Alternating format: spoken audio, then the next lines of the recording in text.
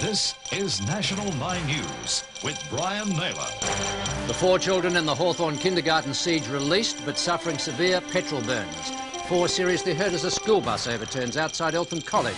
And in Canberra, drama as Peacock rolls hard and Sinclair gets rolled.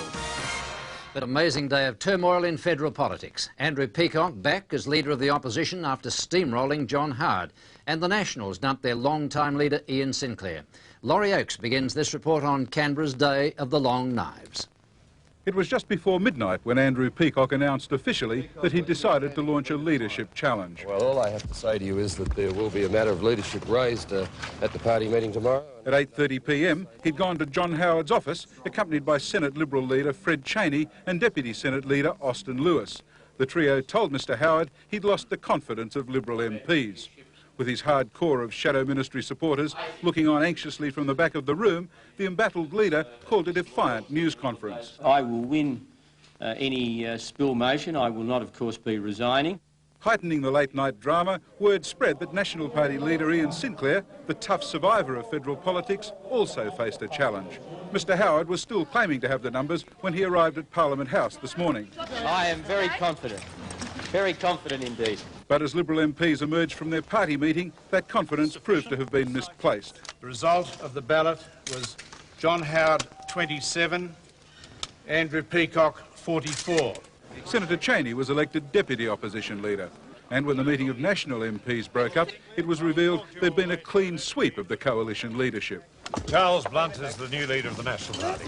The coup against Mr Howard was well planned and smoothly executed. The plotting had been going on for weeks, but the row over Ian McPhee's loss of pre-selection provided the catalyst, and when Senator Chaney switched sides at the weekend, it was decisive. Transformed from rooster to feather duster, Mr Howard was under no illusions about why it had happened. On the charisma, popularity side of things, I wasn't as strong as I was on the substance, direction side of things. He admitted he was disappointed and said he would have won the next election, but he called on his supporters to rally behind the new leadership. I'm not about to become a wrecker or a leaker.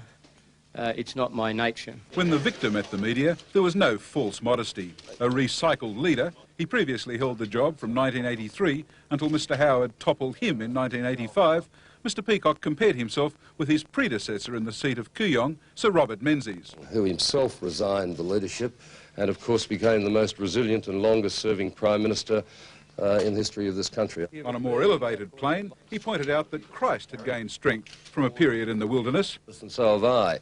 Asked if he felt sorry for Mr Howard, there was even a John Wayne touch. But I also had to do what I had to do. The new opposition leader took the first step towards healing divisions in the Liberal Party by promising a return to a bipartisan approach on immigration. You will see in the policies that I elaborate a clear espousal of a non-discriminatory immigration program. And aware of speculation that the Prime Minister could consider a snap poll to capitalise on the coalition's leadership upheaval, Mr Peacock issued a challenge. And if the government is to call an early election, we will relish it. But Mr Hawke made it clear to a Labor caucus meeting an early election was not part of his planning. Laurie Oakes, Canberra. 38-year-old Charles Blunt is only the 8th leader of the National Party in its 69-year history, and like Andrew Peacock, he came into Parliament clearly marked for high things. But his first real chance for leadership only came last night as word of the imminent Liberal Party coup swept Parliament House. 10 National Party MPs, increasingly frustrated with Ian Sinclair's inflexible style of leadership, approached Mr Blunt and urged him to challenge. And as a result of those conversations, a number of us went to see Ian Sinclair late in the evening, and the decision was taken at that time. This morning, it took the party just under 2 hours to decide, and in the end, Mr Blunt won easily. Although the National Party today elected a new leader, it doesn't represent a change in direction or a change in philosophy. But he's holding out an olive branch to Ian Sinclair.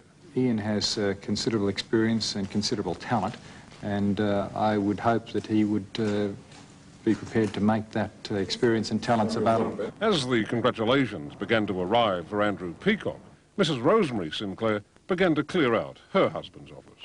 And after serving on every coalition front bench since Sir Robert Menzies, Mr Sinclair says he's not interested in starting again. Oh, I don't think it'd be appropriate for me to be on the front bench under the present leadership at this time. But he will stay on as member for New England, although he pointedly refuses to pledge support for his new leader.